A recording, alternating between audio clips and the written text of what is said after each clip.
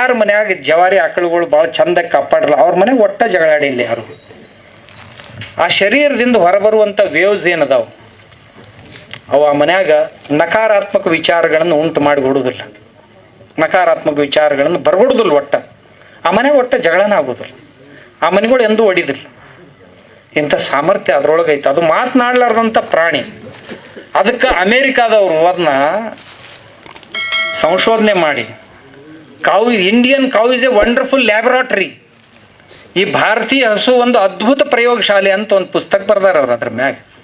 ಅದಕ್ಕೆ ತಾವು ರೈತರಾದಂಥವ್ರು ತಮ್ಮ ಮನೆಯೊಳಗೆ ತಮ್ಮ ಹೊಲದ ಸಲುವಾಗಿ ನಿಮಗೆ ಹಾಲು ಬೇಡ, ಪ್ರತಿ ದಿವಸ ಒಂದು 30 ml ಗೋಮೂತ್ರ ಬೆಳಗ್ಗೆ ಈ ವಸ್ತ್ರದಲ್ಲಿ ಸೋಸಿ ತಗೊಳ್ರಿ.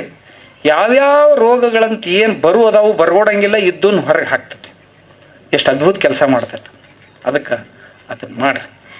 ಇದರಿಂದನ ನಮ್ಮ ದೇಶ ಉಳಿಬೇಕಾಗಿದ್ರೆ ಇದರಿಂದನೇ ಉಳಿಸ್ಬೇಕು. ನಾವು ಪೂಜಾ ಮಾಡಿ ಆಕಳ ಉಳ್ಸಕ್ಕಾಗೋದಿಲ್ಲ, ಆಕಳನ್ನ ಹಸುವನ್ನ ಧರ್ಮದಿಂದ ಉಳ್ಸಕ್ಕಾಗೋದಿಲ್ಲ. ಅದರ ಪ್ರಯೋಜನಗಳನ್ನು ಅರ್ಥ ಮಾಡ್ಕೋಬೇಕು. ಇರ್ಲಿಲ್ಲ ಅಂತ ಸುಮ್ಮನೆ ವಿರೋಧ ಮಾಡ್ತಿರ್ತೀವಿ ನಾವು. ಅದರ ಪ್ರಯೋಜನಗಳನ್ನ ಅರ್ಥ ಮಾಡ್ಬೇಕು. ಅದು ಅನುತ್ಪಾದಕ ಆಯ್ತು ಅಂತ. ಅದು ಹೆಂಗೆ ಅನುತ್ಪಾದಕ ಆಕೈತಪ್ಪ? ಅದು ಮನ್ಯಾಗ ಮುದುಕರು ಅನುತ್ಪಾದಕರಾದ್ರ ಅಂತ ತಿಳ್ಕೊಂಡು ಎಲ್ಲಿ ಕಸಾಯಿಖಾನಿಗೆ ಹಾಕಿ ಬರ್ತೀರಿ? ಇಲ್ಲ, ನಮ್ಮ ಪರಿವಾರದ ಸದಸ್ಯರು ಅವು ಸಾಯುವವರೆಗೂ ಮಲಮೂತ್ರ ಕೊಡ್ತಾನೇ ಇರ್ತಾವ.